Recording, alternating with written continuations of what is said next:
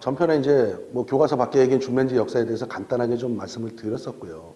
자, 그러면 우리가 실질적으로 이제 교과서 안에 있는 내용으로 들어가 보죠. 실질적으로 줌렌즈의 특성은 어떤가? 제가 아까 또 잠시 말씀드렸지만 하나의 렌즈로 여러 가지 화각을 포괄할 수가 있다. 그래서 하나의 렌즈가 몇 개의 단일 렌즈를 할 수 있다. 분명히 그건 굉장히 큰 장점이에요. 그러면서 어디 뭐 긴 여행을 갈 때 뭐 무겁게 렌즈를 5개 단일 렌즈로 해서 가기보다는 줌렌즈 하나, 뭐 2400호라든가 2800호라든가 2485라든가 이런 줌렌즈 하나로 웬만한 사진을 다 찍을 수가 있다. 그 다음에 요즘에 나온 줌렌즈들은 성능이나 초점이라든가 여러 가지로 설계의 발달과 코팅의 발달과 여러 가지 이제 기술력의 발달로 인해서 단일 렌즈에 버금가는 줌렌즈들이 많이 나왔다. 그래서 성능을 의심하지 않고 써도 된다. 대신에 단점은 아무래도 단일 렌즈보다는 밝기가 좀 어둡다. 이런 렌즈들이 교과서에 써 있어요. 그래서 이제 밑에 보면은 제가 좀 읽어 드릴게요. 좀 굵은 글자로 써 있죠. 일반 줌 렌즈들은 비교적 어둡기 때문에 밝은 상황에서 사용하는 것이 좋다.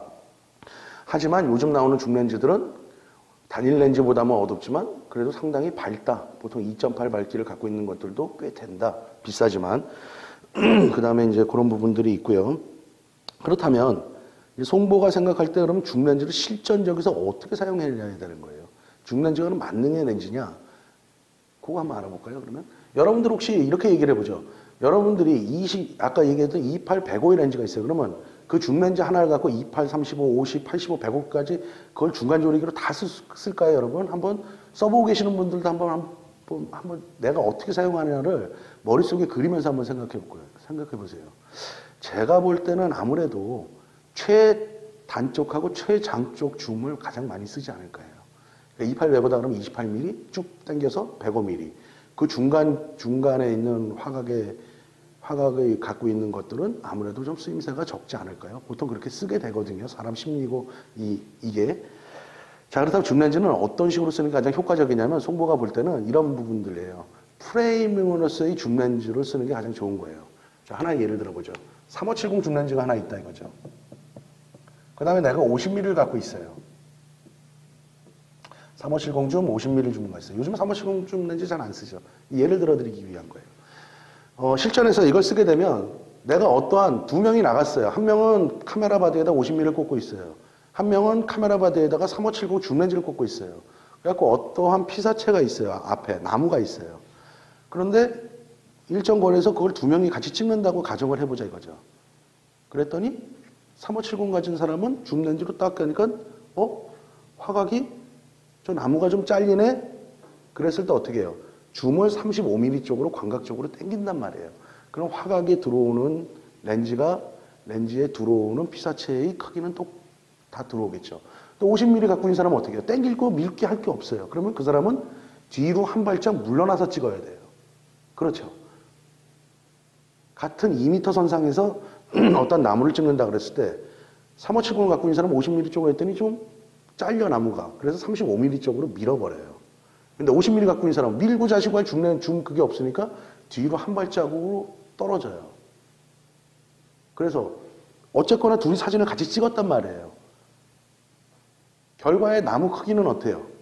나무 크기는 똑같이 들어오죠. 한 발짝 물러나고 35도인데. 근데 여기서 차이점은 있어요. 사진에서 표현에서 차이점이 있다는 거죠. 뭐가 차이가 있을까요, 여러분?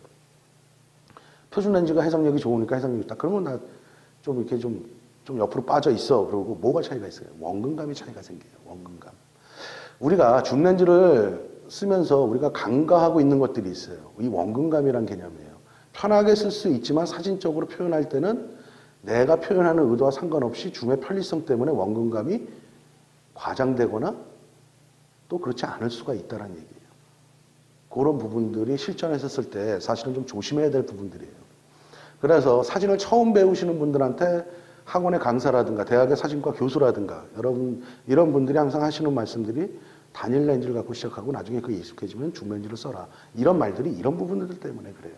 그래서 줌 렌즈를 가장 효율적으로 쓸 수 있는 방법은 뭐냐면 제가 그 말씀을 드리기 위해서 이 예를 들었는데 예를 들어서 50mm로 이렇게 했단 말이에요. 그래서 35mm 밀기보다는 뒤로 물러나요. 내가 원근감이 이 정도일 때는 이게 좋을 것 같아. 그래서 한 발짝 뒤로 물러나. 그 다음에 프레이밍이라는 건 뭐냐면, 프레이밍이란 말이 나왔는데, 이거 참, 줌렌즈 하다가 별 얘기가 나오니까 이걸 해줘야 되네. 프레이밍이라는 건 무슨 얘기냐면, 여러분 트리밍이라는 얘기 많이 들어보셨죠?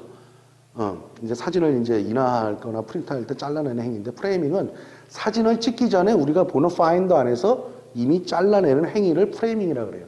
그래서 순서대로 보면 프레이밍이 먼저가 되는 거고, 그 다음에 트리밍, 그 다음에 인화된 프린트를 갖고 칼로 자르는 행위를 우리는 크로핑이라고 그래요. 그런 용어 정의가 이제 한번 나오는 건데, 우리는 그냥 전부 다 트리밍이라고 쓰잖아요. 그래서 프레이밍으로서의 죄송합니다.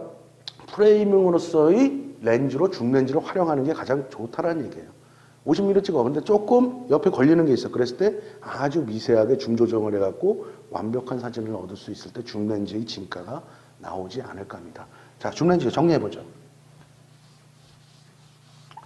뭐니 해도 줌렌즈의 가장 큰 장점은 뭐다? 무엇이다? 여러 가지 단일 렌즈를 하나의 렌즈로 해결을 할 수가 있다. 그걸 네다섯 개를 합친 단일 렌즈보다 무게가 가볍다. 단점은 뭐가 있다? 아무래도 단일 렌즈보다 성능이 아무리 기술이 발전이 됐다 하더라도 조금 성능은 떨어진다. 그 다음에 밝기가 어둡다. 이런 부분들인데, 이렇게 해갖고 줌렌즈의 특성들을 알아봤고요. 그 다음에 실전에서 제가 아까 말씀드렸듯이 프레이밍으로서의 줌렌즈로 썼을 때 줌렌즈의 가장 큰 진가가 나온다. 그 다음에 처음에 하시는 분들이 줌렌즈를 쓰실 때는 항상 원근감에 대해서 그거를 주의하시면서 사진을 하시는 게 옳지 않을까 하는 게 송보의 마음입니다, 여러분. 또 그렇게 말씀드리고 있습니다, 여러분. 좀 도움이 되셨나요? 줌렌즈 오늘 이렇게 정리를 해보죠. 고맙습니다.